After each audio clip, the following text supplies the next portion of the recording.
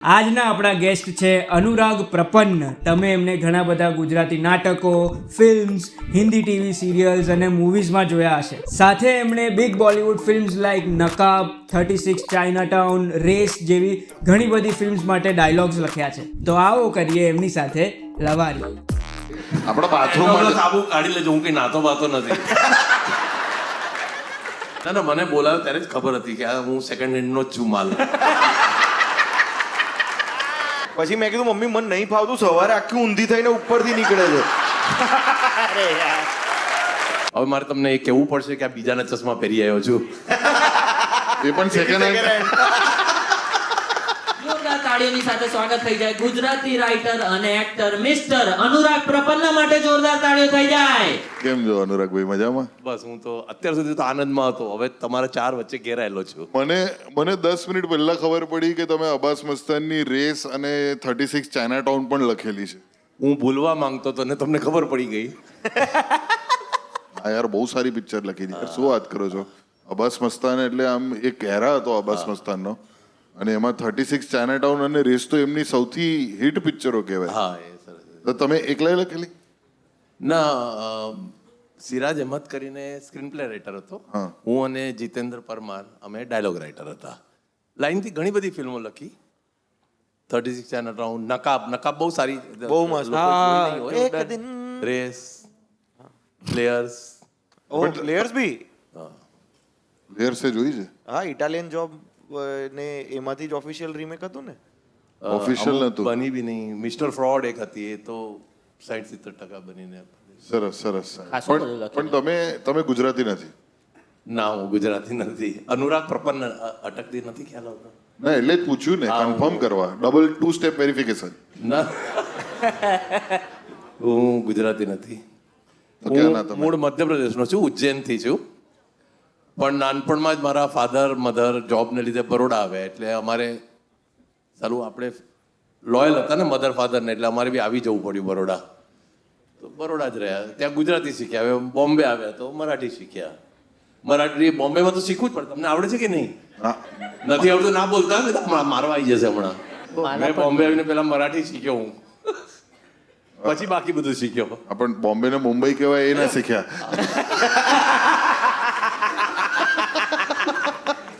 મુંબઈ આવ્યો ત્યાંની એક બહુ સરસ વાત કરું. હા. મુંબઈમાં નવો આવ્યો ને, હવે હું તો વડોદરાથી આવેલો. અરે મને મુંબઈમાં એવું આશ્ચર્ય લાગતું, બધા લોકો સતત દોડતા જ હોય. હા. બધા બિઝી જ છે, બધા ખબર નહીં દોડીને ક્યાં જતા હશે, દોડતા જ હોય. હું બી જોબ કરતો હતો, હું એડવર્ટાઇઝિંગ લાઈનનો છું, એટલે હું લિન્ટાસમાં જોબ માટે ગયેલો. તો હું ત્યારે સાંતાક્રુઝ રહેતો હતો, તો મારે સાંતાક્રુઝથી લોકલ ટ્રેન પકડીને ચર્ચગેટ જવાનું. એટલે આમ એટલા દોડતા હોય, બધા લોકો કોઈ, એટલે હું દોડીને સીડી ઉતરીને હું લોકલ ટ્રેન પકડવાનો હોય, કોઈ લોકલ ટ્રેનથી ઉતરીને પાછું ઉપર ચડીને રિક્ષા પકડવાનું હોય ને. પણ અહીંયાની એક બ્યુટી છે, બધા કેમ છો તો પૂછે જ. એટલે આમ સામે મળે ને, આમ હું જતો હોય ને પેલો આવતો હોય ને, કેમ છો? એટલે અહીંયાનો નિયમ છે મજામાં, એમ જ બોલવાનું. મને બહુ આશ્ચર્ય લાગતું કે મજામાં શું પ્રોબ્લેમ તો હોય ને. એટલે મેં શું શરૂ કરેલું, સામે પૂછે ને કેમ છો, તો કરે આજે બહુ મોટો પ્રોબ્લેમ થયો કે સાંજે અલા તારી પાસે ટાઈમ જ નથી, પૂછે છે કેમ? ના, પણ મુંબઈમાં હું લોકલ ટ્રેનમાં જાઉં તો હું પહેલી વાર જ્યારે લોકલ ટ્રેનમાં ચડ્યો ને ભીડમાં, ત્યારે મને નથી ખબર કે બેકપેક આગળ રાખવાની હોય. તો એ જ બેકપેક પકડીને મને બહાર ફેંકી દીધો મલાડમાં ચાલતી ટ્રેનમાં. પથ્થર ઠુકાઈ ગઈ હતી મારી. અને અહીંયા મુંબઈમાં મેં જોયું છે કે જ્યારે હું અહીંયા 6 મહિના રોકાયો હતો, ત્યારે કાંદીવલીમાં રોકાયો હતો ને પછી મીરા રોડ પર શૂટ કરવા જતો હતો હું. અને ત્યારે જ્યારે પણ હું ટ્રેન પકડું ને કાંદીવલીથી મલાડ, ઘણી વખત મોડું થઈ જાય તો રિક્ષાને એમાં પણ જતા રહીએ ગાડીમાં. એક તો દહીસર ટોલ નાકું, એ પેલું ફાઉન્ટેન પહેલાંની આગાહી છે કે દહીસર જોઈ લો આટલું અઘરું રહેશે, આનાથી વધારે અઘરું આગળ છે. એટલે ઘોડબંદરવાળો ટ્રાયંગલ છે ત્યાં અઘરું છે. પણ હું ટ્રેનમાં જ્યારે જતો હતો ને ત્યારે કેમ છો નતા કરતા. અમુક ઓળખીતા ચહેરા દેખાઈ જાય ને તો આવું જ કરે. ખબર છે, અમુક લોકલ ટ્રેનમાં એવા સંબંધ જોડાઈ જાય જેમનું નામ નથી ખબર, કોઈ દિવસ એમના સાથે વાત નથી કરી, પણ આટલું જ. આઈ થિંક આ બધી મેમરીઝ ત્યારે બને જ્યારે ટ્રેનમાં ચડાય. હું નતો ચડી શકતો. હું નવો આવ્યો ને, 6-7 ટ્રેનો જવા દઉં, પછી લાગે કે હવે નહીં ચડું તો ઓફિસે મોડો પહોંચીશ, તો ચક મારીને ચડતો. અચ્છા, પાછું બોમ્બેનું એક નવું વસ્તુ, બોમ્બેની એક બીજી વસ્તુ મેં જોઈ. અહીંયા કયા તમે એરિયામાં રહો છો એનું બહુ લોકોને ગૌરવ. હા હું નવો હતો ને તો એક જણાએ મને એ ઓળખાણ કરાવી, નીરજ વોરાએ, પોતાના કોઈ મિત્રએ. નીરજ વોરા મારો બહુ સારો મિત્ર હતો, એના લીધે જ એકચ્યુઅલી બોમ્બે આવ્યો. અરે વાહ. તો કે આ ભાઈ આ અનુરાગ છે, નવા રહેવા આવ્યા છે ને. તો મારાથી કંઈ ભૂલમાં પૂછાઈ જવાયું કે તમે ક્યાં રહો છો? તો કે પેડર રોડ. હવે પેડર રોડમાં આટલું બધું શું પેડર રોડ? હા એટલે આવું બોમ્બેમાં કોણ ક્યાં રહે છે એનું બહુ છે. કે પેડર રોડ. પછી મને પૂછ્યું કે તમે? મેં કીધું હું તો ઘરમાં, આપણે રોડ પર નથી ફાવતું. નાનપણથી ઘરમાં ઉછરેલા છે ને, પછી આ ઉંમરે મોટા રસ્તા પર ટ્રાફિક હોય ને એમાં ક્યાં રસ્તા પર. પછી નીરજ મને એના ગયા પછી કે શું તું એને એમ કે છે? મેં કીધું હવે જિંદગીમાં કોઈને નહીં કે હું પેડર રોડ રહું છું. અમારો એક ફ્રેન્ડ છે આકાશ મહેતા કરીને, એ ગ્રાન્ડ રોડ પર રહે છે. પણ એ એ રહેતો નહીં, જતો હશે.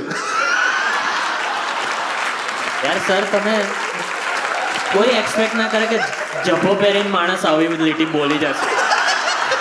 પણ થેન્ક યુ પ્રપન્ન સાહેબ, તમે છેલ્લી ઘડીએ અમારું આમંત્રણ સ્વીકાર્યું. આમાં છે ને કેવું હોય છે અલા, ખબર આવું મોઢા પર કેમ બોલે? અને પાછું ના, mic હું નજીક ઘાટકોપરને લઈને- કહેવા માંગુ ભાઈ, અરે પણ- એમાં કેવું હોય છે કે અમે છે ને કોઈ પણ સેલિબ્રિટીનું નામ એટલા માટે રિવીલ નથી કરતા કારણ કે we want to sell tickets on the basis of 4 of us, કે ભાઈ અમારા બલબૂતે અમે ટિકિટો વેચી, રાઈટ? હવે કોઈ સેલિબ્રિટીનું નામ મૂકીશું તો બધા સેલિબ્રિટીને એવું લાગે કે ભાઈ અમારા નામે ટિકિટ વેચે છે અને અમને કંકોડોય કશું મળતું નહીં ને અમે કેમ જઈએ ને આમ તેમ. પણ પ્રોબ્લેમ એવો થાય છે કે નથી સેલિબ્રિટીઓ મળવાનું એવું કહેવા માંગો છો તમે? ના ના એવું હા આમાં પેમેન્ટ નથી હોતું. આ મને હતું જ હો. હમણાં આના પહેલા બે આવી ગયા ને, વિપુલ મહેતા અને સ્નેહા. હા એમને કઈ અંદર એ લોકોને જતી વખતે એ લોકોને કઈ ગિફ્ટ આપી. એમ કીધું મને હમણાં જ આપી દો કારણ કે મને ખબર છે પછી તો કોઈ નહીં આપે. સેલિબ્રિટી ઘણી વખત કન્ફર્મેશન આવી જાય. ઘાટકોપરમાં બી કન્ફર્મેશન આવી ગયા હતા પણ પછી એવું કે સોરી આજે તબિયત ખરાબ છે, સોરી થાય આવું છે તેમ છે, શૂટ આવી ગયું છે. કારણ કે ઘણા બધા ડેલી સોપ વાળા હોય, ઘણા લોકો ઇલેક્શન વાળા. એનીવેઝ હું બહુ રિવીલ કરી રહ્યો હા છું. એટલે ત્યાં પૈસા બી મળતા હોય ને એમ એવું હોય એટલે જાય, આપણે નહીં આપતા તો. એ ખાલી પેલી સુગંધી કેન્ડલ માટે નહીં આવતા એ લોકો, એમ જે તમે ગિફ્ટમાં. હેમ્પરમાં ખાલી આપણે સુગંધિત કેન્ડલ નહીં આપતા. અરે બીજું બધું હોય છે હવે. અરે પેલું કુરકુરેનું પેકેટ બી તો આલીએ જ આપણે, એવું થોડી છે. સોરી. પેલો ડેટોલનો સાબુ બી એક મૂકી દે. એ તે મૂક્યો ભૂલથી, એ આપણા બાથરૂમમાં સાબુ કાઢી લેજો, હું કઈ નાતો બાતો નથી. એના કરતા કઈ સેન્ટ વેન્ટ આલો. ના ના, એ તો જે લગાડવાનું હોય ને એ. હા, વિરાર લગી ચાલે તો ખરું એટલીસ્ટ. સાચી વાત. આપણે જે પણ હેમ્પરના પણ પછી એક સેલિબ્રિટી નું આવવાનું ઢચું પચું હતું અને પછી છેલ્લે કેન્સલ થયું એમનું આવવાનું. અને એટલા માટે પછી આજે બપોરે અમે અપ્રોચ કર્યો પ્રપન્ન સારે અને એમણે આપણું આમંત્રણ શીખવાડ્યું. તો thank you so very much. તમારા કારણે આજે ઘાટકોપર મજા કરી રહ્યું છે. ના ના, મને બોલાવ્યો ત્યારે જ ખબર હતી કે આ હું સેકન્ડ હેન્ડ નો જ છું માલ.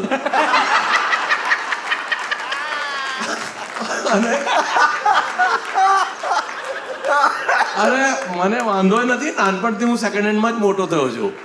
કઈ રીતે? મારાથી છે ને મારા 1 વર્ષ મોટો મારો ભાઈ હતો. એટલે છે ને એ સાલો લાંબો થાય એટલે એને કપડાં ટૂંકા પડે એ મને પહેરાવે. અમે બંને એક જ સ્કૂલમાં, એટલે એનું યુનિફોર્મ બીજા વર્ષે મારે પહેરવાનું, એનું નવું આવે મારે સેકન્ડ હેન્ડ પહેરવાનું, એના નવા શૂઝ આવે મારે જૂના શૂઝ પહેરવાના.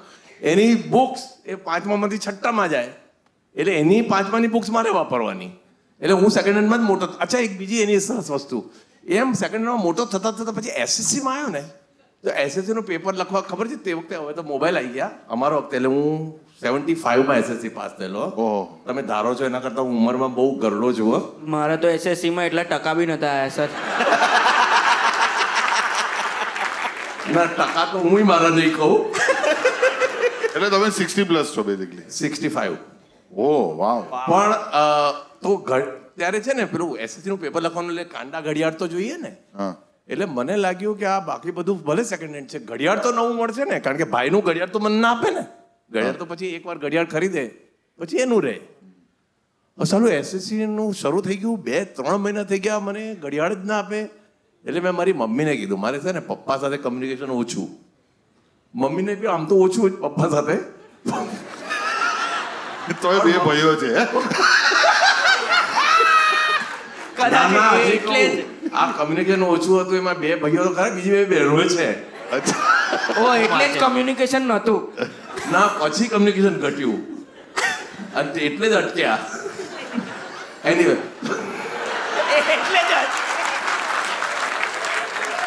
બાકી એમનું કમ્યુનિકેશન સારું હોત ને તમે 12-15 ભાઈ બહેનો હોત. તો તમે વિરારથી વર્લ્ડ કપ લઈને જ આવતે પછી.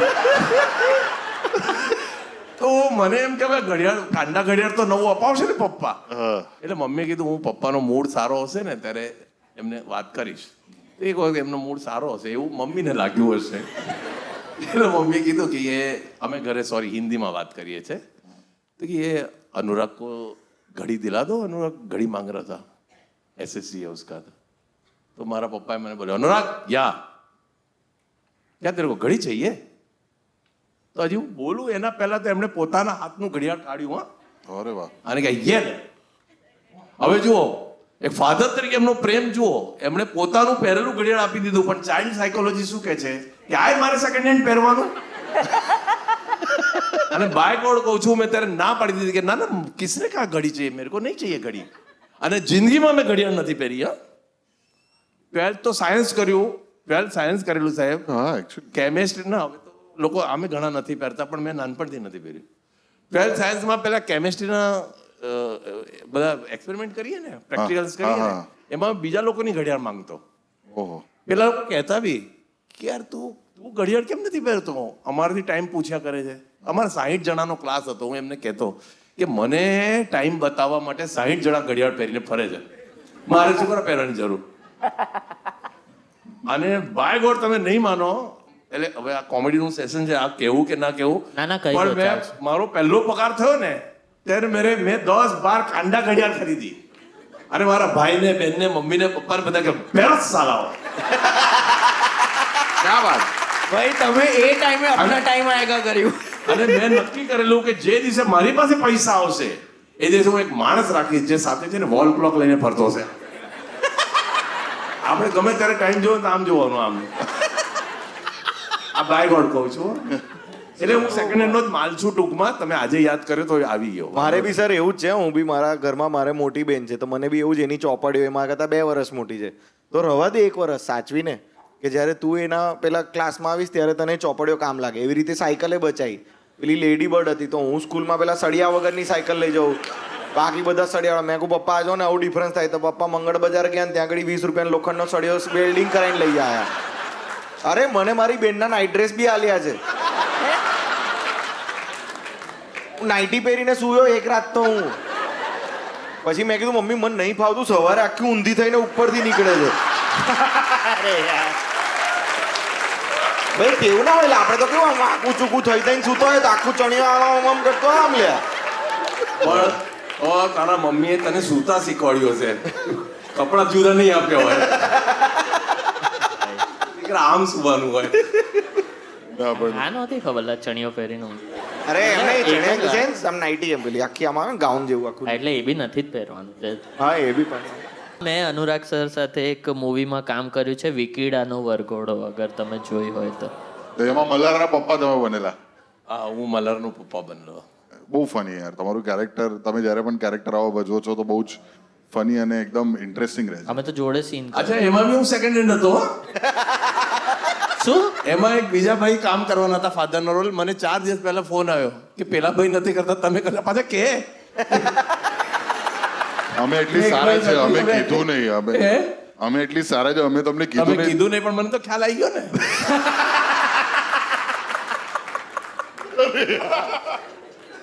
હવે તો પહેલી વાર બોલાવે ને તોય મને ડાઉટ જાય છે. પણ તમારી ફેમિલીમાં કોણ કોણ. મારી ફેમિલીમાં હું, મારી પત્ની મ્યુઝિયોલોજીમાં એણે MA કરેલું છે, પ્રિન્સ ઓફ વેલ્સ મ્યુઝિયમમાં એક ક્યુરેટર છે. ઓ વાવ. અને મારી એક દીકરી છે અનુષ્કા, એ અત્યારે અમેરિકા છે. અમેરિકામાં ક્યાં રહેવાનું. અમેરિકામાં એ બોસ્ટનની પાસે એક મેન્ચેસ્ટર નામનું નાનું ટાઉન છે, ત્યાં જોબ કરે છે. મેન્ચેસ્ટર બધે જ છે. બધું જ છે મેન્ચેસ્ટર, એટલે અમેરિકામાં મેન્ચેસ્ટર એમ કેવું પડે. અમેરિકામાં મેન્ચેસ્ટર. વાહ, સરસ સરસ, જોરદાર. તો હવે તમે આ બધું એક્ટિંગ ને બધું કરો છો તો ફેમિલીનો રિસ્પોન્સ કેવો રહે છે. એટલે પૂછે લગભગ આવો જ. શું છે, મારી મૂળ અટક તો આચાર્ય છે. એટલે મારું આખું નામ અનુરાગ પ્રપન્ન આચાર્ય. અમે મંદિરના પૂજારી છે, અમારા ગામમાં મંદિર છે ઉજ્જૈનમાં. એટલે મારા પપ્પા કહેતા હતા, હું જ્યારે ડ્રામામાં ઇન્ટરેસ્ટ લેતો, મને ખબર નહીં નાનપણથી કેમ ડ્રામામાં અને એક્ટિંગમાં ને બધામાં રસ હતો, પણ બહુ રસ હતો. કદાચ ગયા જન્મના સંસ્કાર હોય અથવા રહી ગયેલું ગયા જન્મમાં એટલે હશે. પણ મારા બાપા તો મને એમ કહેતા હતા કે એ નાચના ગાના આપણને કોઈ શોભા દેતા ક્યાં, એવામાંથી હું મોટો થયો છું. પણ ઠીક છે, મારી વાઈફે બહુ સપોર્ટ કર્યો. એટલે હું એડવર્ટાઇઝિંગની જોબ કરતો હતો. હું વિડીયોકોનમાં એડવર્ટાઇઝિંગ મેનેજર હતો, મહિન્દ્ર એન્ડ મહિન્દ્રમાં એડવર્ટાઇઝિંગ મેનેજર હતો. પણ જ્યારે હું પહેલાં છે ને સિરિયલ લખતો ને ત્યારે વીકલી સિરિયલો આવતી, એટલે અઠવાડિયામાં એક દિવસ આવે.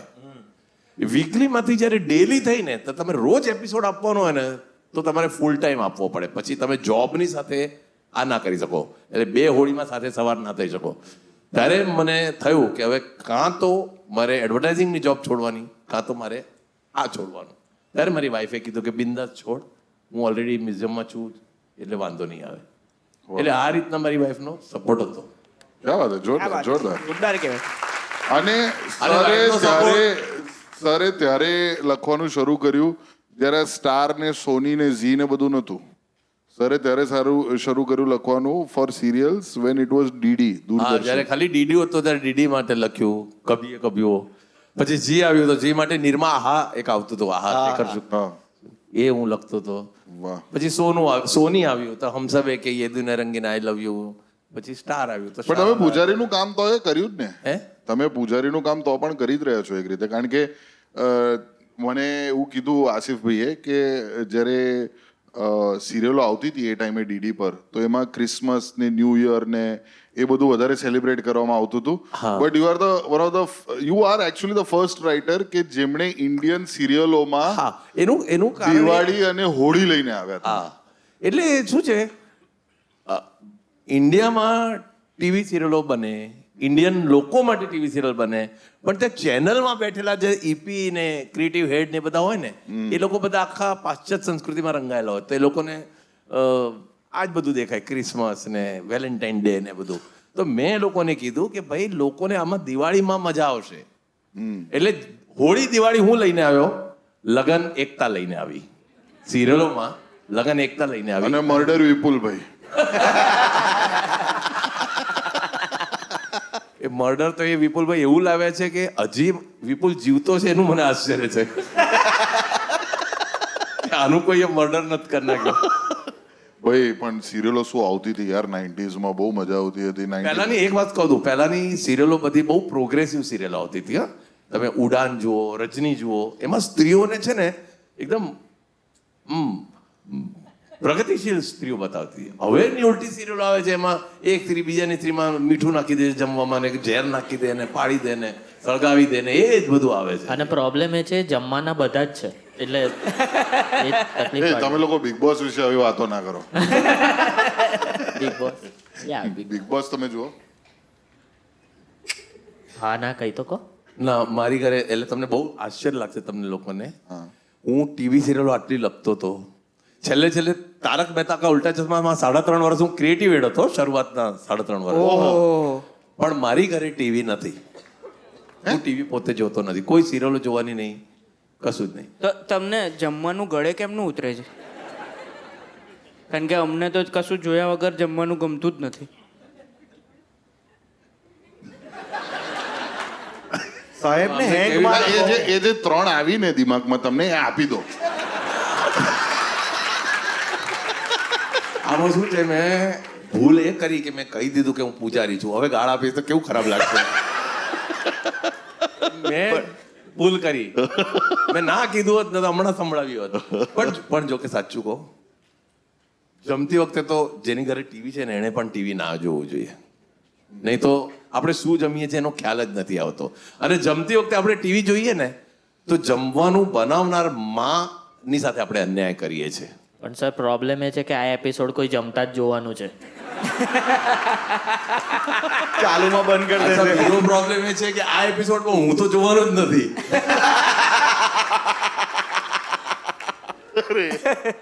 તો અનુરાગભાઈ હવે શું આવે છે? તમે એક નાટક પણ કરી રહ્યા છો, કરું કંપની પ્રાઇવેટ લિમિટેડ. હા, એટલે ગુજરાતી ડ્રામામાં હું રાઇટર તરીકે, ડાયરેક્ટર તરીકે, એક્ટર તરીકે હું સતત કરતો જઉં છું જ્યારે જ્યારે ટાઈમ મળે. હમણાં એક મારું ચાલુ રહ્યું છે કરું કંપની પ્રાઇવેટ લિમિટેડ.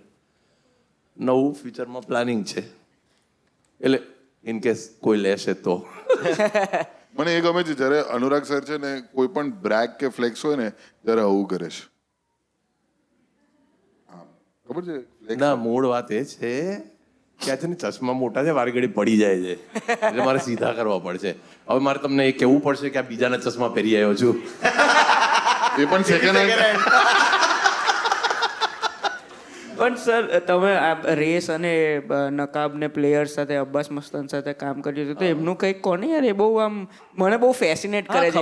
એ લોકો એક્સ્ટ્રા એક જોડી સફેદ કપડાં લઈને ફરતા હોય એમ, કારણ કે જમતા કંઈક ઢોળાયું, લવારી જોતા જોતા કદાચ જમતા હોય અને આમ કંઈક ઢોળાઈ ગયું તો કે ડાઘો લઈને થોડી. અને ઓલસો ખબર તમને કઈથી પડે? એ અબ્બાસ મસ્તાનભાઈની સાચી વાત કહું, આ એમણે પોતે કહેલી વાત છે. આ સફેદ કપડાનું તમે કીધું એટલે સ્ટ્રગલના ટાઈમમાં છે ને, સ્ટ્રગલના ટાઈમમાં એમની પાસે એટલે બહુ ખરાબ સ્ટ્રગલ કરી છે એમણે. તો બહુ ખાવા પીવાના વાંધા હતા ને એમને એના મમ્મી કે પાડોશમાં જઈને એક બ્રેડ તો લઈ આવો તો આ લોકો તમને એવી એ લોકોએ સ્ટ્રગલ કરી છે. અને જનરલ કમ્પાર્ટમેન્ટમાં રિટર્ન કરવા એવી સ્ટ્રગલ કરી જાય ને. હા, એ સ્ટ્રગલ કહેવાય. એ કહેતા હતા કે મેં પૂછેલું એમને કે તમે સફેદ કપડાં કેમ પહેરો છો? એમણે કીધું બીજા કોઈ બી કપડાં પહેરીશું ને તેમાં કમ્પેરિઝન થાય ને, અને આજે આ પહેર્યું કાલે કેમ પેલું પહેર્યું ને ઓલું કેમ રિપીટ થયું, એટલે કે અમે સફેદ જ કપડાં કરી નાખ્યા. એટલે એનું એ જ બીજા દિવસે બી પહેરીએ, ત્રીજા દિવસે પહેરીએ તોય વાંધો નહીં. આ રિયલ સ્ટોરી છે એમની. પછી તો એમની આઈડેન્ટિટી બની ગઈ. પણ આ એટલે માર્ક ઝકરબર્ગે અબ્બાસ મસ્તાનથી આઈડિયા ચોર્યો છે સેમ ટી શર્ટ પહેરવાનો રોજ. કોણ એ કોણ? આના માસીન છોકરો. એમને ટીવી નહીં, ફેસબુક તો કેમનું ખબર હશે? એટલે અહીંયા ફેસબુક વાપરે છે એમને બી નહીં ખબર હોય માર્ક ઝકરબર્ગ કોણ છે. બ્યુટી જોઈ. મેં અબ્બાસ મસ્તાનની ફિલ્મો લખવાની શરૂ કરી ને પછી અબ્બાસ મસ્તાનને ડિરેક્ટ કરવાનું છોડી દીધી. હવે બંધ કરી દીધું એમણે. ભાઈ ચલો લવારી પતાઈ મને ડર લાગે છે. એક મર્ડરરને બોલાવી દીધું, એક પતાવનારને બોલાવી દીધું. અરે તમને એ જ કહું છું, મેં ભલભલાની દુકાનો બંધ કરાવી દીધી છે. On that note, a round of applause for Anurag bhai, everybody. તાળીઓ થઈ જાય એમના માટે. Thank you very much. That was a લવારી with Anurag પ્રપન્ન Acharya. તાળીઓ થઈ જાય, come on. આઈ હોપ કે તમને મારી આ લવારી બહુ જ ગમી હશે. લાઈક અને કોમેન્ટ કરો વિડીયો પર, અને કોમેડી ફેક્ટરીને સબસ્ક્રાઇબ કરો. અને આ એક ખાસ વાત, આ 28 ઓગસ્ટે મારી સિદ્ધાર્થ રાંદેરિયાની સાથે એક સરસ મજાની કોમેડી ફિલ્મ આવી રહી છે, ટોમ એન્ડ ચેરી. ચોક્કસ જોજો, મજા આવશે. Thank you very much. ખિલાડ કસાવે પેટ દુખાડે લવારી, ટેન્શન ભૂલાવે મોજ કરાવે લવારી, આ ઘરે ઘરે ઘરની બહાર થતી લવારી, ગળા કે જવાની બધા જ કરે લવારી, એકમાત્ર લવારી, ધ કોમેડી ફેક્ટરી.